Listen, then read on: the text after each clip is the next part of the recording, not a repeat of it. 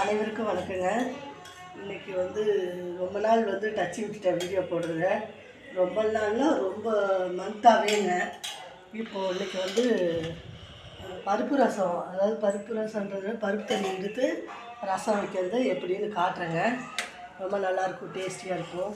நான் வைக்கிற மாதிரி செஞ்சு பாருங்கள், சாப்பிட்டு பாருங்கள். சாப்பிட்டு பார்த்துட்டு எப்படி இருக்குன்னு சொல்லுங்க.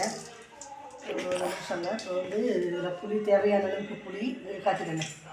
தேவையான அளவுக்கு புளிங்க, ஒரு தக்காளி, இதிலே மிளகு ஜீரகம், கொஞ்சம் பெருவெங்காயத்தூள் எல்லாம் கலந்துக்கிட்டேங்க. இதில் போட்டு எல்லாம் கரைச்சி ரெடியாக எடுத்து வச்சுக்கிட்டேன். மஞ்சத்தூள் போட்டுக்கிட்டேங்க. இங்கே எண்ணெய் ஊற்றி கடுகு போட்டுருங்க. பாருங்கள், கடுகு பொரியுது.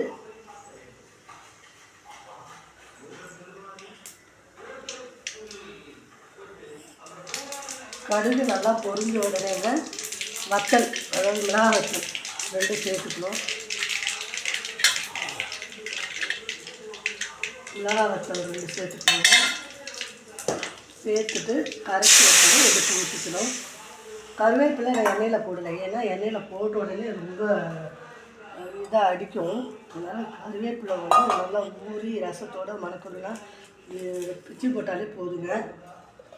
கருவேப்பிலை நான் நிறையவே போடுவேன், ஏன்னா நல்லா வாசமாகவும் இருக்கும். ரொம்ப நல்லது ஹெல்த்துக்கு. இதில் அயன் கண்டென்ட் இருக்குது. பார்த்திங்கன்னா தலைமுடிக்கு, கண்ணுக்கு, எல்லாத்துக்குமே நல்லது கருவேப்பிலை. வாரத்தில் 2 days கருவேப்பிலை துவையல் அரைச்சி சாப்பிட்டிங்கன்னா ரொம்ப முடி வளருங்க, முடி கொட்டாது.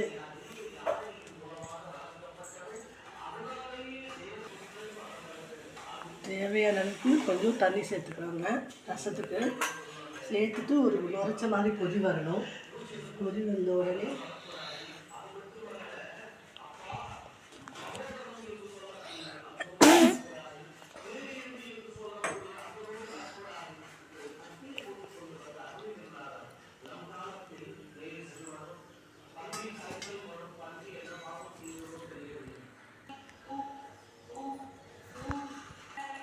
இங்கே பாருங்கள், சூப்பரான சுவையான ரசம் ரெடி ஆகிடுச்சு பாருங்கள்.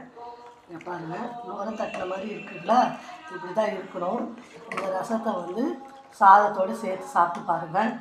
நல்ல ஜீரண சக்தியும் இருக்கும். மிளகு ஜீரகம் நிறையா போட்டிருக்கேன், பெரிய வெங்காயம் போட்டிருக்கேன், பூண்டு நசுக்கி போட்டிருக்கேங்க, கருவேப்பிலை, கொத்தமல்லி தழை, தக்காளி போட்டிருக்கேன், எல்லாமே போட்டிருக்கேங்க. தேவையானது அனைத்தும். எண்ணெய் மிதக்கிற அளவுக்கு ஊற்றக்கூடாதுங்க, லைட்டாக தான் ஊற்றணும். ஏன்னா ஆயில் அவ்வளவும் உடம்புக்கு கெடுதலுங்க. முடிஞ்ச வரைக்கும் சமையலில் நல்லெண்ணெய் சேர்த்துக்குங்க.